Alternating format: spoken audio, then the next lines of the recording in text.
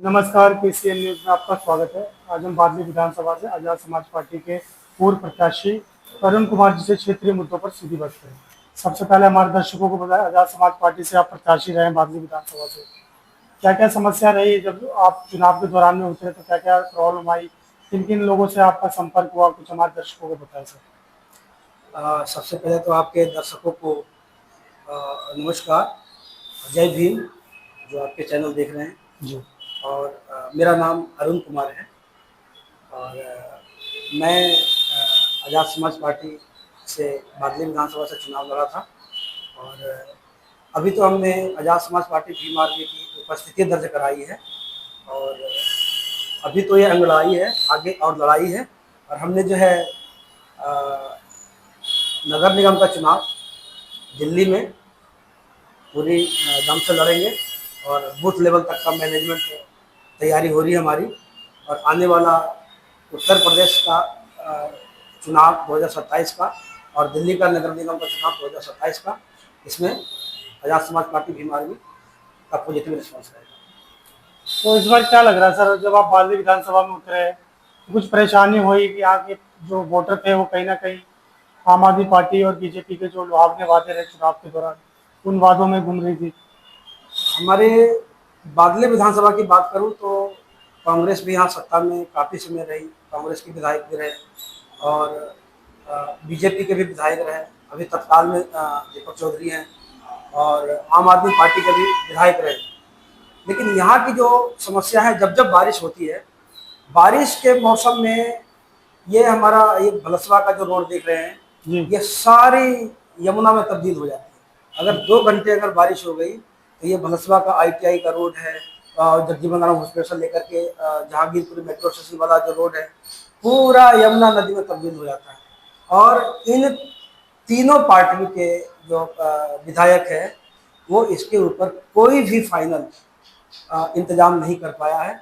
आज भी यहाँ की जनता परेशान है पानी से।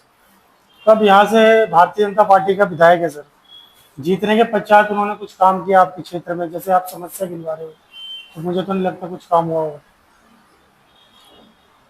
सर, सबसे पहली बात कि अभी इनकी सरकार बनी है, काम तो कर रहे हैं ना। ये हमारे गरीब भाइयों को, जो बहुजन समाज के लोग हैं, इनके झुग्गियां तोड़ रहे हैं, उनको बेघर कर रहे हैं। बीजेपी का तो काम ही है ये। आम आदमी पार्टी लोक लुभावन वादे करती है। और उन्होंने कहा था कि जब ये शुरू में जब आए थे, उन्होंने बोला था कि हम जितने भी ठेके पे काम करने वाले मजदूर हैं उनको पक्का करेंगे। डीटीसी कर्मी को ले लीजिए, डीटीसी में ड्राइवरों को बोला गया था और जो उनके सहचालक है उनको बोला गया था कि हमारी सरकार आएगी तो हम पक्का करेंगे। क्या वो पक्का हुए? नहीं हुए। उनके लोक लुभावन वादे ने डीटीसी के कर्मचारियों को एक बहुत तगड़ा चोट दिया है। और इसके अलावा जो हमारे मजदूर भाई जो MCD के जो कर्मचारी हैं, उनके साथ भी सौतेला व्यवहार हो रहा है। गेस्ट टीचर जो काम कर रहे हैं, उनके साथ भी सौतेला व्यवहार हो रहा है। किसी की सरकार भी, चाहे कांग्रेस की हो या बीजेपी को या आम आदमी पार्टी की है, ये तीनों जनता को ठगने का काम किया है और लोक लुभावन वादे कर करके जनता को गुमराह करने का काम किया है। अब हमारी पार्टी नहीं, एक मिशन है और ये मिशन सही इंसाफ मिला करके रहेगी और हम इसके लिए काम करेंगे। आजाद समाज पार्टी क्या, जिस तरह आप कह रहे हो यूपी में भी फाइट करने की तैयारी कर रही है, उससे पहले बिहार में चुनाव है सर, इसको लेकर क्या कुछ रोशनी डाल सकते हैं?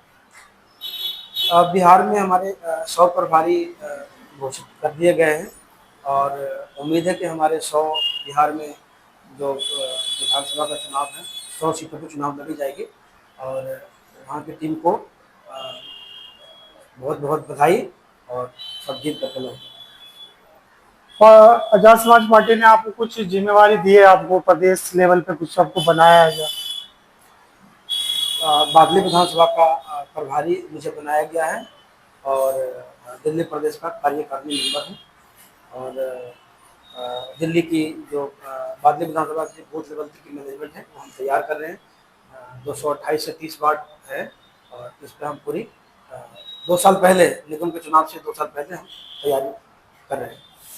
वही सर, दिल्ली की बात करें तो दिल्ली की मुख्यमंत्री रेखा सरकार ने कहा था कि हम चुनाव जीतने से पहले जो उनके चुनावी घोषणा पत्र में था कि सब जहाँ झुकी वहीं मकान। जीतने के पश्चात देख सकते हैं आप, दिल्ली के अंदर 40 लाख लोग बेघर हो गए हैं सर। कहीं ना कहीं जो भी अपना गुजर बसर करते हैं रेहड़ी पटरी वालों को, उनको भी हटा दिया गया है। मकान दुकान रेहड़ी पटरी सबको अलग कर दिया जा रहा है। क्या लग रही है सरकार कुछ क्या करना चाह रही है, कुछ बताएंगे इस पर? जितने भी मनोवादी लोग हैं, जो हमारे बहुजन समाज के ऊपर जो अत्याचार कर रहे हैं, वो तो चाहते नहीं है कि गरीब यहाँ पे रहे। ये गरीबी हटाओ का नारा लगा रहे हैं, गरीबों को हटा रहे हैं, गरीबी नहीं हटा रहे, गरीबों को ही हटा रहे हैं। और जो हमारे लोग हैं, जो झुग्गियों में गुजर बसर कर रहे हैं, जो रेहड़ी पटरी लगा रहे हैं, ये इनके साथ सौतेला व्यवहार कर रहे हैं। कई जगह झुग्गियाँ टूटी, कईयों को तो उनको जो घर रहने का आशियाना वो मिला नहीं, और कुछ लोगों को मिला भी है तो वो उनके रहने के लायक नहीं है। छोटी सी ज़मीन का टुकड़ा मिला है जहाँ ना वो रोजगार कर सके ना कुछ। क्या करेंगे हमारे भाई साहब? तो इस पर तो ये माना जाए तरुण जी की सरकार पूरी तरह से फेल नजर आ रही है।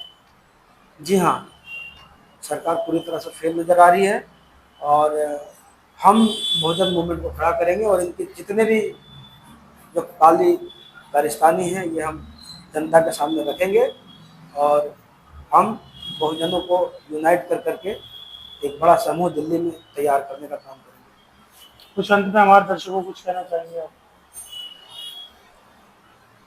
आ, कुछ अपनी पार्टी के लिए कुछ कहना चाह रहे हैं, दलित समाज के लिए कुछ कहना चाह रहे हैं? मैं दलित समाज, SC ST OBC माइनॉरिटी लोगों से निवेदन करता हूं कि आप आज़ाद समाज पार्टी जो एक मिशन है, हमारे साथ कंधे से कंधा मिलाकर कार्य करें और इस मिशन को मजबूत करें, ताकि जितने भी हमारे भाई लोग हैं जो प्रताड़ित हैं पुलिस से या फिर सरकारों से, उनको हम इंसाफ दिला सकें। बहुत बहुत धन्यवाद तरुण जी, आपने समय निकाल कर हमसे बात की, शुक्रिया, धन्यवाद सर।